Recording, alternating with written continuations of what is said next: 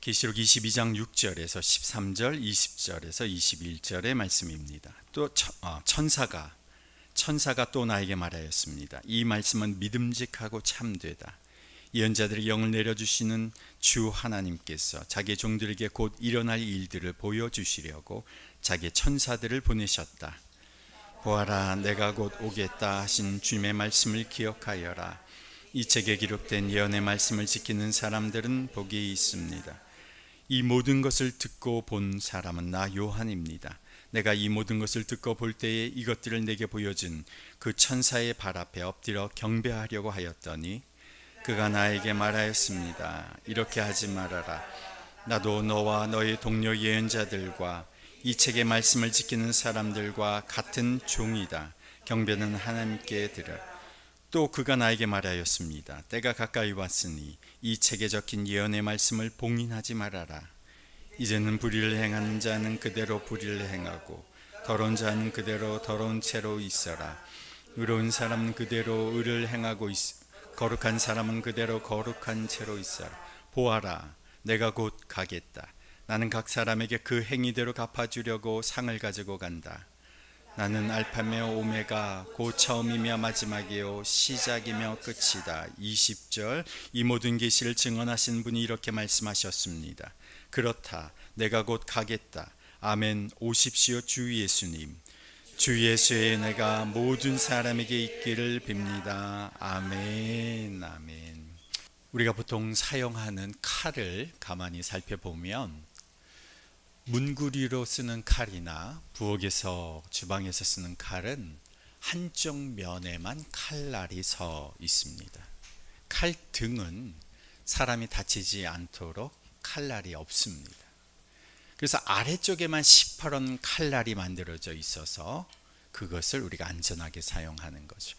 만약에 커터 칼이 부엌 칼이 칼등에도 날이 서 있다고 생각해 보십시오. 여러분들 요리할 때 문구리를 사용할 때 빈번하게 다치는 일이 생길 겁니다.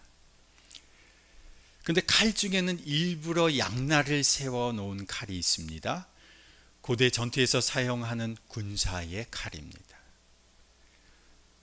군사의 칼 중에도 한 면만 칼날이 서 있는 칼이 있는데 고대에는 양날이 선 칼들이 있었습니다. 전투를 벌이는 군사를 위해서 일부러 양날 검을 양쪽으로 만들어 놓는데 이것은 어느 쪽으로든 휘두르기만 하면 적을 단번에 제압할 수가 있는 겁니다.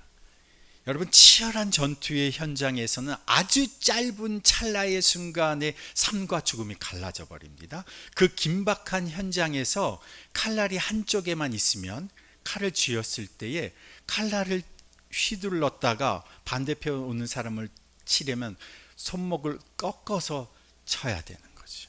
그런데 칼날을 쓰고 나서 양날이 서 있으면 손목을 돌릴 필요가 없이 바로 친 상태에서 휘두르기만 하면 됩니다. 그러니까 아주 잠깐의 순간이지만 생사를 결정하는 중요한 순간에 사용하게 하는 이 칼들이 아주 치열한 전투의 현장에서 사용하게 하는 칼이 양날 칼입니다. 우리 군인들도 여기 군인이 이제 와 계신데 군인이 유진이 총 지급 받았나요? K16 뭘로 지급받았죠? K2 소총인가? K2. 저도 K2 소총을 했는데 K2 군인의 칼에 맨 앞에 칼 앞에 단창을 이렇게 꽂게 돼 있습니다. 총 앞에. 그래서 전투가 이게 총을 쏘다가 전투가 육박전이 벌어지면 백병전이 벌어지면 칼을 가지고 총을 쏠 겨를이 없어요. 막 휘둘러야 돼요. 그때의 앞에 꼽는 칼을 보면 양날 단검입니다. 이게 군인의 칼이죠. 그래서 양날 검은 전투에서 아주 긴박한 순간에 위력을 발휘하는 칼이지만 그러나 조심스러운 게 휘두를 때 잘못하다가는 자신도 상처를 당할 수도 있고 그리고 가까이 있는 사람은 적군뿐만이 아니라 아군도 언제든 베일 위험이 있습니다. 그러니까 가까이 있으면 위험한 거예요. 이 칼을 든 사람 곁에 있으면. 그런데 하나님의 말씀이 예리한 양날 칼과 같다고 했습니다. 히브리서 4장 12절에 보면 하나님의 말씀은 살아있고 힘이 있어서 어떤 양날 칼보다도 더 날카롭습니다. 에베소서 6장 17절에서도 하나님의 말씀을 성령의 검이라고 표현했는데, 여기서 언급되는 히브리서와 에베소서에 언급되는 이 칼은 양날 단검으로 의미합니다. 어떤 방향이든 다가오는 적들에 대하여 신속하게 빠르게 그들을 제압하고 위력을 끼치는 무기, 양날 칼입니다. 하나님의 말씀이 우리 인생에 들어오면 이 칼이 움직이는 대로 좌우 상하 움직이면 우리 안에서 말씀이 들어와서 혼과 영을 갈라낸다는 겁니다. 마음에 품은 생각과 의도에서 우리의 마음 속에 있는 생각들이 있지 않습니까? 그 생각 중에서 제거돼야 할 부분, 더러운 부분들, 깨끗한 부분을 이렇게 도려내고 갈라내서 지저분한 것은 도려내는 수술 도구처럼 양날 칼이 사용되는 거죠. 내 감정과 생각과 내 마음 안에 어떤 부분은 하나님의 원치 않는 세상적인 부분이 있는 부분도 있고, 어떤 부분은 하나님께 속한 거룩한 영역, 하나님 기뻐하시는 생각의 부분들이 우리의 마음 안에 있는데, 이 양날 단검인 하나님의 말씀이 우리 안에 들어오면 그 부분을 착 도려내고 구분해내고 잘라내버린다는 겁니다. 그래서 사탄과 마귀를 대항하여 무너뜨리는 칼이기도 하지만, 그 칼은 내 자신 안에 있는 거짓과 욕망과 옛 자아를 도려내는 메스 역할도 하는 것이죠. 그래서 하나님의 말씀은 사탄에 대해서는 공격용 검이지만 내 자신에 대해서는 수술용 칼이 되기도 하는 겁니다. 그래서 하나님의 말씀은 양날의 검입니다. 우리가 요한계시록의 말씀을 오늘까지 이제 지난 몇 주 동안 보았습니다. 요한계시록 말씀, 특별히 예수님이 다시 오시겠다고 하는 이 재림의 메시지는 바로 양날의 검입니다. 하나님을 인정하지 않는 세상에 대해서는 심판과 경고의 메시지이기도 하지만, 믿는 자들에게는 이것이 위로와 소망의 메시지이기도 합니다. 또한 믿는 자 안에서도 이 말씀은 양날의 검입니다. 이 말씀을 듣고 지키고 순종하는 자에게는 이 말씀이 구원과 소망의 메시지이지만, 이 말씀에 대해서 아무런 기대감과 소망을 갖지 못하는 자들에게는 그 말씀이 그 사람의 믿음의 현주소를 보여주고 책망하는 도구이기도 한 겁니다. 그래서 이 재림과 종말의 메시지로 인해서 교회들이, 우리들이 경각심을 갖기도 하지만, 이 말씀 때문에 또한 수많은 이단과 사이비들이 생겨나기도 했습니다. 그래서 양날의 검과 같은 이 재림의 메시지를 오늘 우리가 살펴보려고 하는 거죠. 자, 그렇다면 이 재림에, 다시 오신다는 이 재림의 메시지가 무엇인가? 간략하게 말씀을 드린다면 예수님이 이 땅에 다시 오신다는 겁니다. 십자가에서 우리를 대신하여 죽으시고 부활하신 예수님께서 제자들이 보는 앞에서 하늘로 승천하셨습니다. 그리고 승천하시고 나서 마지막 때 종말에 다시 이 땅에 오신다는 것, 이것이 예수님의 재림의 메시지입니다. 그런데 중요한 건 예수님이 이 땅에 다시 오시면 그때 무슨 일이 일어나냐는 겁니다. 자, 마태복음 25장 31절에서 33절의 말씀 우리 띄워주시면 함께 한번 읽어봅니다. 마태복음 25장 31절에서 33절 함께 읽습니다. 인자가 모든 천사와 더불어 영광에 둘러싸여서 올 때에 그는 자기의 영광의 보좌에 앉을 것이다. 그는 모든 민족을 그의 앞에 불러 모아 목자가 양과 염소를 가르듯이 그들을 갈라서 양은 그의 오른쪽에 염소는 그의 왼쪽에 세울 것이다. 그리하여 그들은 영원한 형벌로 들어가고 의인들은 영원한 생명으로 들어갈 것이다. 자, 예수님이 다시 오시면 우리는 모두 예수 그리스도의 심판대 앞에 서서 우리가 여기 말씀대로 양인지 염소인지를 판별받는다는 겁니다. 생명책에 기록된 사람은 양으로서 영원한 생명으로 들어가고, 생명책에 기록되지 않은 사람은 영원한 형벌로 들어간다는 것입니다. 예수님 믿고 거듭나서 성령으로 거듭난 사람은 그의 이름이 생명책에 기록되어 있습니다. 어떻게 내 이름이 생명책에 기록되어 있는 것을 압니까? 거듭난 사람은 성령이 내 안에 계시기 때문에, 그리스도의 영이신 성령이 내 안에 내주하시기 때문에 성령이 내 안에서 내가 하나님의 자녀인 것을 확증하여 주십니다. 내가 생명책에 기록된 사람인가 아닌가를 어떻게 알 수 있느냐? 성령이 내 안에서 내가 하나님의 자녀인 것을 확증해 주시는 거죠. 로마서 8장 15절 16절에 띄워주세요. 여러분은 또다시 두려움에 빠뜨리는 종살이의 영을 받은 것이 아니라 자녀로 삼으시는 영을 받았습니다. 그래서 우리는 그 영으로 하나님을 아빠, 아버지라고 부릅니다. 바로 그때에 그 성령이 우리의 영과 함께 우리가 하나님의 자녀임을 증언하십니다. 이 땅에서 우리의 인생이 예수님 앞에서 판단받습니다. 예수님이 다시 오실 때 예수님께 속하지 않는 사람들, 예수님을 멸시하는 수많은 사람들이 어떻게 됐느냐? 영원한 형벌로 떨어지게 됩니다. 그런데 예수님이 다시 오실 때 그 예수님의 모습을, 오심을 보는 사람들이 어떻게 될 것이냐? 애곡하게 될 것이다. 계시록 1장 7절 말씀 우리 함께 읽어봅니다. 시작. 보아라, 그가 구름을 타고 오신다.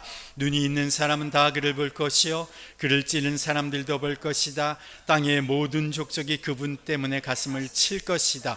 꼭 그렇게 될 것입니다. 아멘. 예수님 다시 오실 때 그것을 본 사람들이 애곡하며 통곡하게 된다는 것입니다. 왜요? 영원한 형벌, 영벌이 그들을 기다리고 있기 때문에 그렇습니다. 그때는 이미 늦었기 때문에 그렇습니다.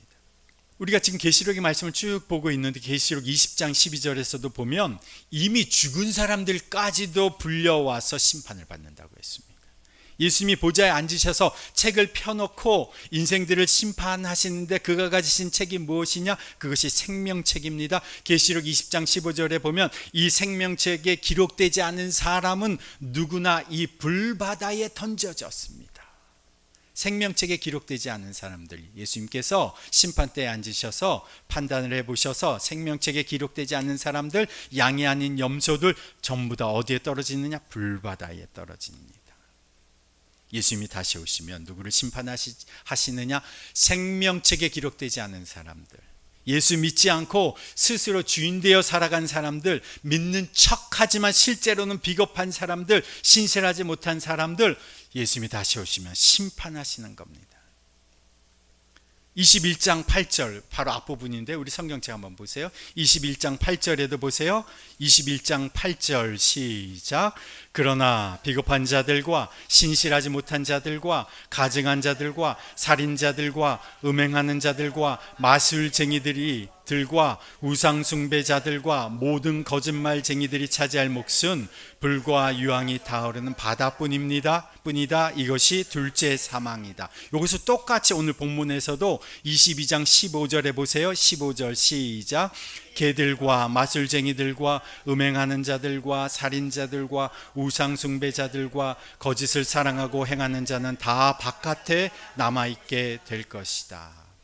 어떤 사람이 심판받아서 불바다에 떨어지느냐? 적당히 타협하고 당시에 로마 황제 숭배에 참여한 비겁한 사람들, 거기 비겁한 사람들은 바로 로마 황제에 참여한 사람들입니다. 믿음의 정절을 지키지 못한, 신실하지 못한 사람들, 믿음이 있으면서도 속으로는 믿음이 있다고 하지만 겉으로는 황제 숭배를 거짓으로 고백한 거짓말쟁이들, 다 불과 유황이 타오르는 영원한 불바다에 던져지는 때가 바로 예수님이 다시 오시는 때라는 겁니다. 예수님이 다시 오시면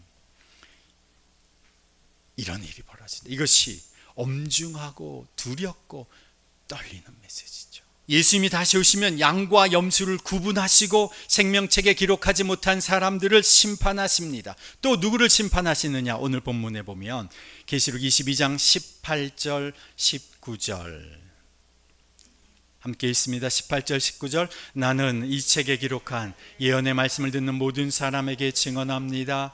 누구든지 여기에 무엇을 덧붙이면 하나님께서 그에게 이 책에 기록한 재앙들을 덧붙이실 것이요 또 누구든지 이 예언의 책에 기록한 말씀에서 무엇을 없애버리면 하나님께서 이 책에 기록한 생명나무와 그 거룩한 도성에서 그가 누릴 몫을 없애버리실 것입니다. 아멘.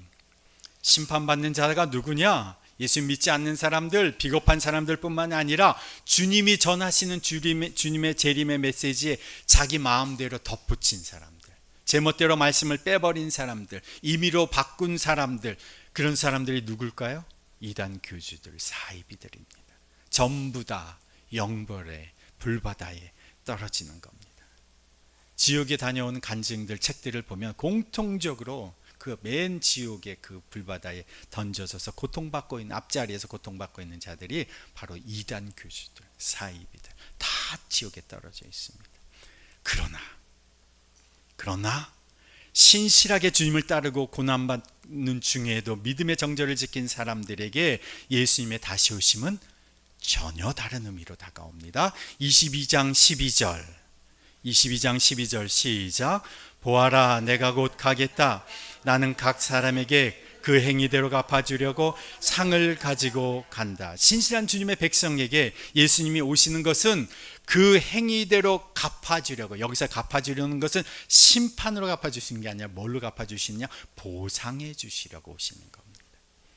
신실한 주님의 백성이 고난 중에도 믿음의 정절을 저버리지 아니하고 어려움 중에도 주님을 사랑하는 마음으로 참고 견디며 산 것에 대해서 예수님이 보상해 주시려고, 없는 중에도 하나님 나라와 복음을 위해서 투자하고 시간과 재능을 들여 교회와 사람들을 섬기고 봉사하고 이 땅에 교회 공동체를 세우고 건강하게 세우는 일에 애쓰고 수고한 사람들에 대해서 예수님이 보상해 주시려고 다시 오신다는 겁니다. 사람들이 인정해 주지 않아도 주님을 사랑하는 그 마음으로 그 주님이 제시해 주시는 말씀의 길을 따라 순종하며 걸어가는 주의 신실한 자녀들에게, 손해를 무릅쓰고 주님을 따라 순종하는 사람들에게 주님이 무엇 해 주시려고? 상 주시려고, 행위대로 갚아 주시려고 오신다는 겁니다. 그러니까 가는 곳마다 핍박을 받고 고초를 받고 박해를 받고 매맞음과 온갖 고생을 다 겪은 바울이 디모데후서 4장 8절에서 이렇게 고백하는 겁니다. 디모데후서 4장 8절 함께 읽어봅니다. 나는 선한 싸움을 다 싸우고 달려갈 길을 마치고 믿음을 지켰습니다. 이제는 나를 위하여 의의 면류관이 예비되어 마련되어 있으므로 의로운 재판장이신 주님께서 그날에 나에게 주실 것이며 나에게만이 아니라 주님께서 나타나시기를 사모하는 모든 사람에게도 주실 것입니다. 바울이 얼마나 고생을 많이 했습니까? 먹지 못하고 자지 못하고 매맞고 감옥에 갇히고 그 모든 상황을 겪어서 선한 싸움을 싸워왔습니다. 그런데 그런 나에게 그날에 주님께서, 의로우신 재판장인 주님께서 의의 면류관으로 나에게 주실 것이다. 그런데 거기 보면, 그런데 이건 나에게만 주시는 것이 아니다. 나에게만 주시는 것이 아니라 주님께서 나타나시기를 사모하는 모든 사람에게도 주실 것이다. 신실하게 살아가며 믿음의 정절을 지키며 살아가는 모든 여러분에게도 주시는 것입니다. 바울이 말하는 겁니다. 베드로도 이 소망으로 이렇게 고백합니다. 베드로전서 5장 4절 시작. 목자장이 나타나실 때에 변하지 않는 영광의 면류관을 얻을 것입니다. 양인 우리들을 이끄시는 목자의 대장, 목자장이신 예수님이 재림하실 때에, 이 땅에 오실 때에 변하지 않는 영광의 면류관을 우리가 얻게 될 것입니다. 이 내용이 우리가 지금 아침 기도회 스가랴 본문과도 연결이 됐는데, 스가랴 3장 5절에 보면 그 여호수아 대제사장에게 머리에 무엇을 씌워주시느냐? 관을, 깨끗한 관을 씌워주십니다. 거룩한 예복을 입혀주십니다. 이것은 여호수아 한 사람에게 아니라 그 여호수아는 바로 예수를 믿는 그 당시에 예루살렘에 있는 성도들을 다 대표하고 믿는 자들을 대표하는 겁니다. 미래의 모든 신실한 주님의 백성들이 누리게 될 모습인 겁니다. 생명의 면류관을 쓰게 되고 거룩한 예복을 입게 되고, 그리고 주님께서 주시는 보상을 누리며 살아가게 되는 거죠. 그렇다면 주님이 다시 오심이 주님이 오신 그 미래의 때에 받을 보상과 위로에만 의미가 있느냐? 그렇지 않습니다. 오늘 현실에서 살아가는 고난과 어려움과 핍박과 박해와 여러 가지 압박과 도전 속에서 살아가는 그리스도인들에게 다시 오심의 메시지는 어떤 의미가 있느냐? 그건 미래에 일어날 일인데, 미래에 주님 보상해 주시는데 그냥 그 소망을 붙잡고 미래에 주실 것을 기대하는 것뿐만이 아니라 오늘 우리의 삶에 이 재림의 메시지가 어떤 영향을 미치느냐. 7절의 말씀 한번 보십시다. 오늘 본문 22장 7절 함께 읽습니다. 보아라, 내가 곧 오겠다 하신 주님의 말씀을 기억하여라. 이 책에 기록된 예언의 말씀을 지키는 사람은 복이 있습니다. 오늘의 삶에 주님의 재림의 메시지가 어떤 영향을 미치는가? 그의 오심을 현실에서 오늘 기억하라. 기억하는 사람은 어떻게 살게 될까요? 준비하며 살게 되는 거예요. 준비하며 사는 거. 어떻게 준비하는가? 주의 말씀을 자세히 살펴 그 말씀대로 순종하면서 준비하는 겁니다. 예수님이 다시 오실 것임을 기억하며 살아가는 사람은 준비하고 대비하게 되는 겁니다. 외국에 어학연수를 가거나 유학을 가는 사람들이 있죠. 제가 외국에서 이렇게 어학연수 온 사람들, 유학 온 사람들, 또 주재원으로 1년, 2년 파견 근무 나온 사람들을 많이 만났습니다. 그런데 거기에서 한국인이지만 영국 시민권을 갖고 살아가는 사람들과 이렇게 유학생, 어학연수, 주재원으로 온 사람들의 삶의 마인드 자체가 다릅니다. 이분들은요, 어학연수 온 친구들은 6개월 후면 돌아갈 친구들이에요. 길으면 1년, 주재원들도 1년 혹은 2년 후면 돌아갑니다. 그러니까 물건을 사도 비싼 걸 사려고 하지 않아요. 잠시 쓰다 그냥 망가져도 괜찮은 거, 저렴한 거, 싼 거. 왜? 곧 가야 할 것이기 때문에. 그런데 아주 비싼 물건도 막 살 때가 있어요. 그건요, 어떤 물건이냐? 고국에 가서도 요긴하게 쓸 수 있는 물건들을 가지고. 여자분들은요, 그 명품 도자기 같은 거, 이런 거 한국에 가면 너무 비싸니까, 거기엔 너무 저렴하니까 거기에 사서 가면 고국에 가서도 너무 잘 쓰는 거예요.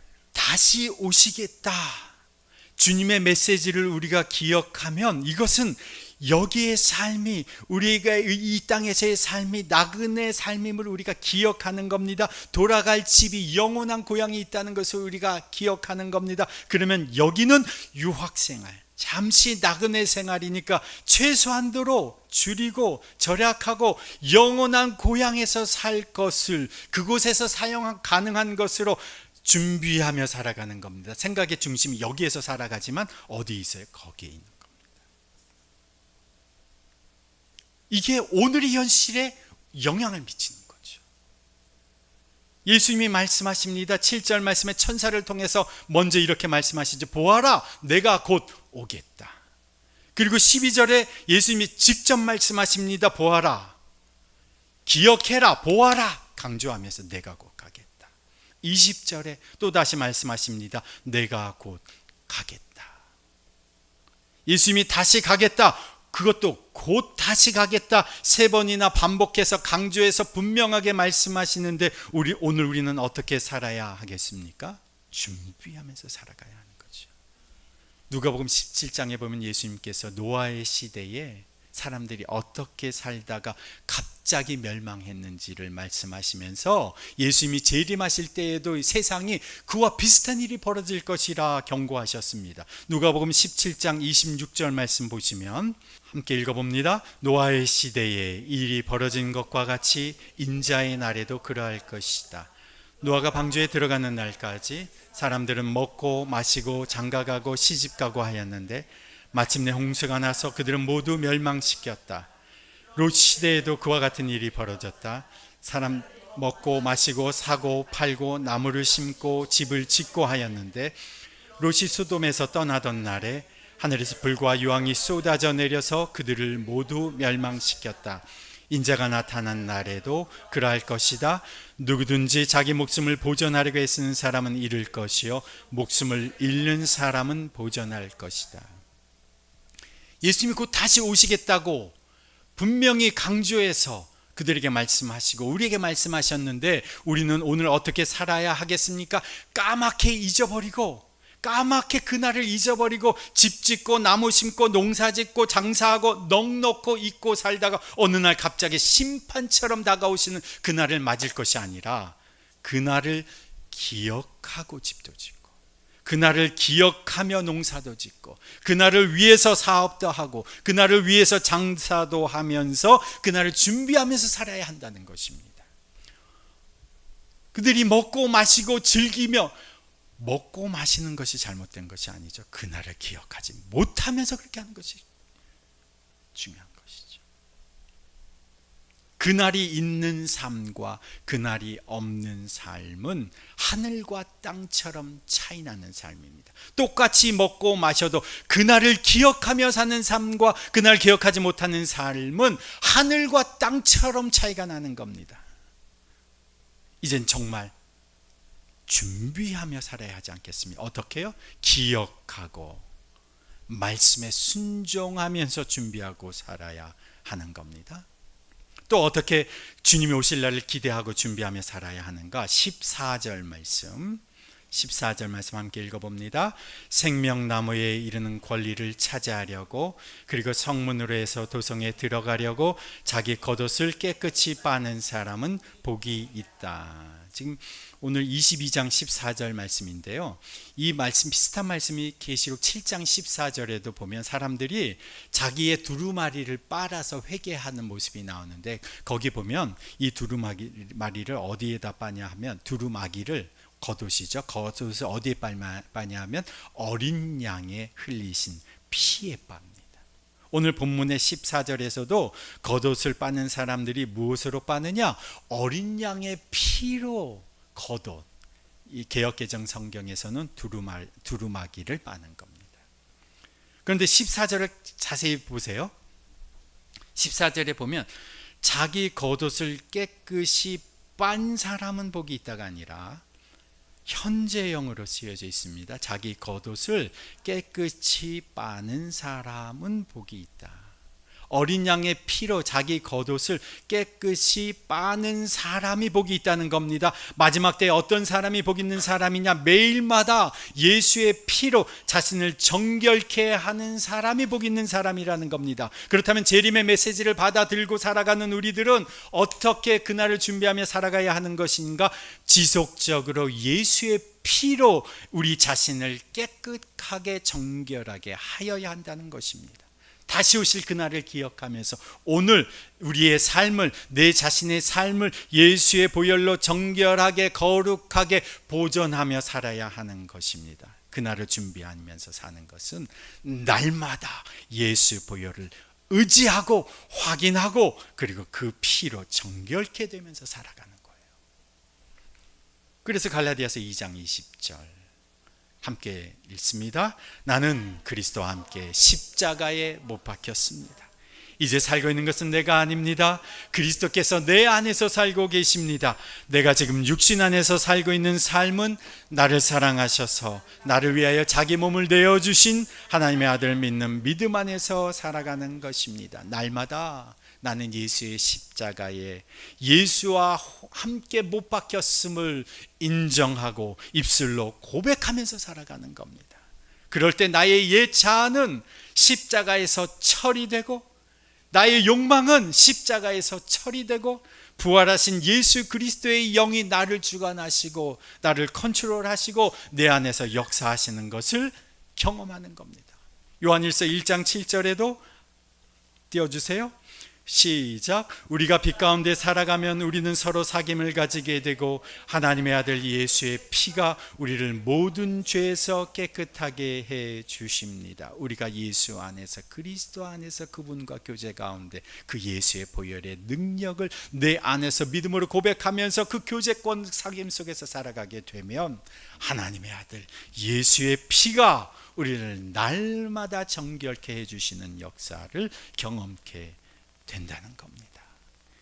이 마지막 시대를 살아가면서 어떻게 그날을 준비하며 살아가야 하는가? 날마다 예수 보혈에 우리의 자신의 옷을 빠는 겁니다. 예수와 함께 십자가에 못 박혔음을 고백하고 오늘도 우리를 더럽히는 모든 죄에서 예수의 피가 우리를 정결케 함을 경험하면서 살아가는 겁니다. 날마다 예수 보혈의 능력을 경험하면서 살아가는 겁니다. 나는 취해도 그분은 거룩하셔서 그분의 피로 우리를 정결케 해주십니다.